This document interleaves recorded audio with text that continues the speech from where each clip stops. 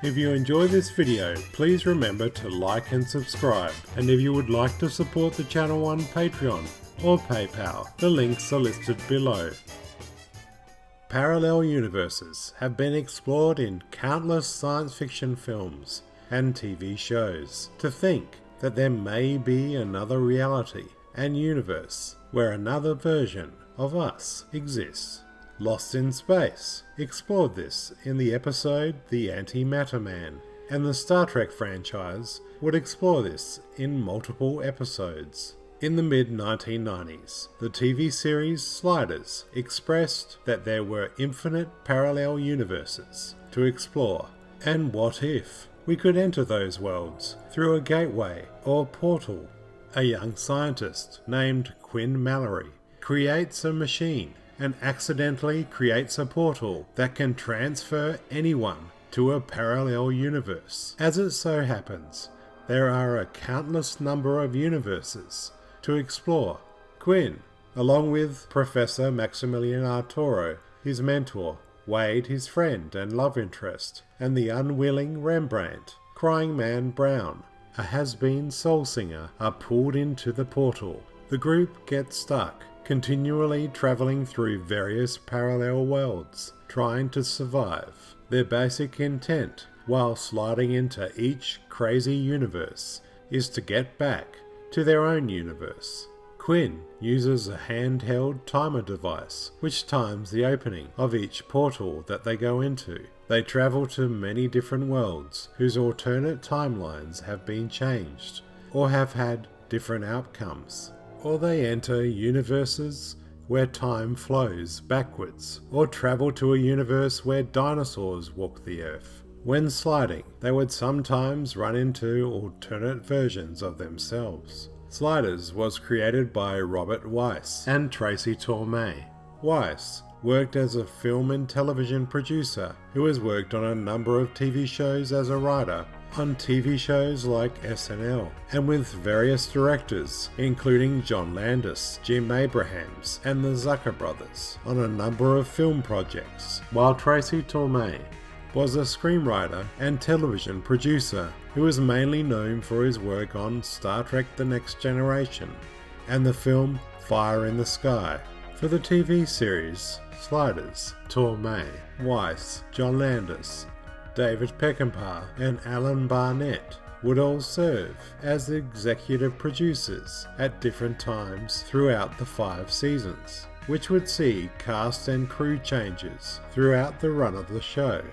It was speculated that Sliders was inspired by the 1992 pilot Doorways, which was never picked up for a series. The Doorways plot was very similar, which followed the story of fugitives fleeing through parallel worlds while carrying a device much like the handheld timer device in Sliders, which tells them where and when the next portal will open.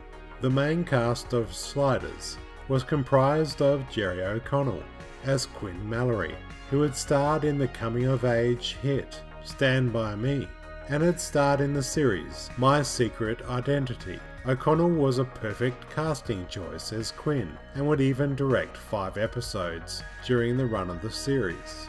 O'Connell got on very well with the cast and crew of Sliders, especially with co-star John Rhys-Davies, who taught him how to prepare for a role, teaching him all the scientific terms used in the series. Davies was cast as Professor Maximilian Arturo and starred in the series for the first 3 seasons. Davies is a respected stage and film actor who has appeared in many movies, most notably as Salah in Raiders of the Lost Ark and the Lord of the Rings trilogy as Gimli. Other casting choices for the Professor included Hector Elizondo. Sabrina Lloyd was cast as Wade Wells. She had a short-lived career starring in the sitcom Sports Night and in the film Fatherhood alongside Patrick Swayze in 1993. Lloyd first became involved with Sliders when she auditioned for the role of Wade back in 1993. Lloyd said she fell in love with the script. Cleveland Derricks Jr. was cast as Rembrandt. and is a Tony Award-winning singer-songwriter. He had starred in a number of TV shows.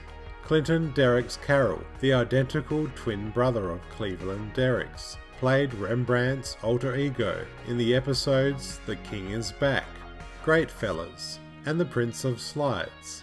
In fact, Cleveland and Clinton would actually swap roles during the final scenes of the series. Linda Henning played Mrs. Mallory and was one of the only actors to appear in both the first and the last episodes of the series. Henning is better known to TV audiences as Betty Jo Bradley in the classic TV series Petticoat Junction. Over the course of the show, the original cast members would depart from the series and be replaced by all new actors, except for Cleveland Derricks, who lasted to the very end of the show's run for all of the 87 episodes. Quinn's mother was played by a different actress in Season 2 due to Linda Henning moving to Los Angeles, but when the series moved production to LA for Season 3, she was called back again to reprise the role. Quinn's father was played by 3 different actors over the first 4 seasons. Quinn's father was mostly portrayed by John Woolcott.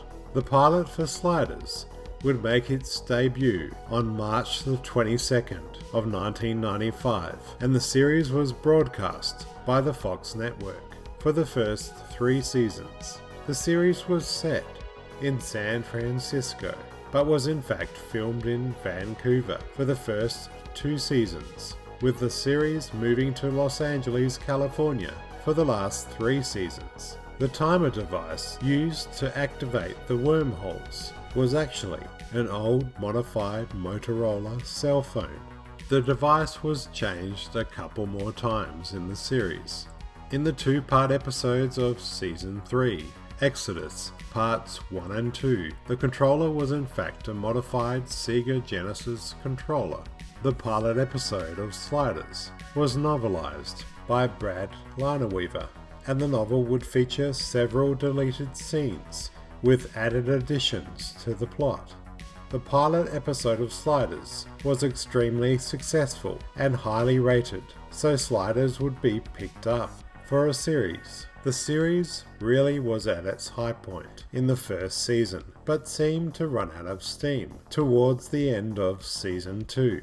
For John Rhys Davies, it was a bittersweet affair. He thought by the end of Season 2, the writers were getting desperate for ideas, and when he saw the writers sitting around looking at a DVD of the film Species, stealing ideas from the film, he was disappointed. He wanted the show to be better than it was, and felt the episodes were poorly written, calling most of the scripts incomprehensible gibberish, which were repurposed and ripped off from other film and TV works, with the writers not having any clue how to write science fiction. It's one of the big annoyances of my life, partly because I mishandled it, but also partly because they didn't understand what they had. They had potentially their Star Trek. They had something you can go anywhere in space, anywhere in time. And the opportunities that presents are just limitless, technically limitless. And I just got very annoyed with the imitation of other shows. We did The Night of the Living Dead, we did the Morlocks and the Eloi, we did the robot thing, we did the Species thing, we did Tremors, we did Twister. It is very odd, isn't it, how one's failures linger with you far more than your successes. Davies would often clash with Tracy Torme and the other writers over much of Season 2. The last episode of Season 2 may have been the highlight of the series. The episode was titled Invasion, with our Sliders landing in the middle of an alien invasion, encountering an alien species known as the Gromags, a highly advanced race who have perfected sliding, stripping each reality they travel to of all of their resources. The Cro-Mags would be our travelers' biggest threat. In this reality, California was settled by the French, where our heroes have been captured and relocated to Earth 113, suffering psychic and psychological torture.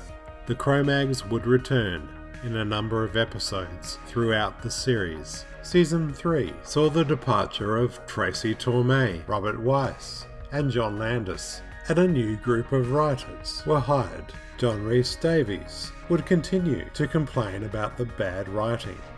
Even after the departure of Torme, Weiss, and Landis, their names were still on the credits. The series would run for its second and third seasons on Fox's Friday night schedule, airing alongside sci-fi shows like Farscape and First Wave as part of a new channel lineup, until the series was cancelled and dropped by Fox after a one-year hiatus and picked up by the Sci-Fi Channel. Ratings for the series were actually quite good, even throughout the fifth season. The Season 3 episode, The Guardian, was the last episode written by Tracy Torme. This episode was directed by Adam Nimoy. After Torme's departure from the series, Dave Peckinpah took over as writer. The first episode to be written by Peckinpah was the episode Murder Most Foul, with Peckinpah's entry into Season 3. There seemed to be a considerable drop in the quality of the episodes as far as writing was concerned. Jerry O'Connell felt that the first two seasons went smoothly, but with Season 3 he felt there was a significant shift in the creative direction of the series, with the Fox network wanting to be a more action-orientated series rather than thought-provoking. Sadly, John Rhys Davies was fired by Fox, mainly due to his criticisms of the scripts and his opinions about the way the show was heading. A show like that needs ideas. I would get professors running up to me and they would say, look, whatever you do, please don't mock science. It is so hard to get people involved in science that we need to do everything we can to make it good. And, that's a responsibility that people should recognize and accept. John Rhys Davies' last two episodes were the episodes The Exodus, Part 1 and 2. In these episodes, the Sliders land in a world where Earth is about to be destroyed by the radiation of a pulsar. Quinn ends up helping the military fix their sliding technology, invented by Stephen Jensen, in order to help transport people into a suitable parallel world. Quinn teams up with Captain Maggie Beckett, Jensen's wife, to search for the appropriate Earth reality of Earth Prime. Quinn and Maggie eventually find an alternate reality where they can transport 150 survivors. However, Colonel Rickman, played by Roger Daltrey, has a hidden agenda for the survivors. Stephen Jensen is shot when he finds out that Rickman is the one behind it all. In one of the most harsh exits of any character in a TV series, Professor Arturo has his brains sucked out, and on top of that gets shot by Colonel Rickman and left to die on an exploding planet. Tracy Torme would call this season 2-parter Exodus one of the worst pieces of television ever produced, and the low point of the entire series. For Season 3, the production of Sliders moved from Vancouver to Los Angeles, California, in order to save on costs.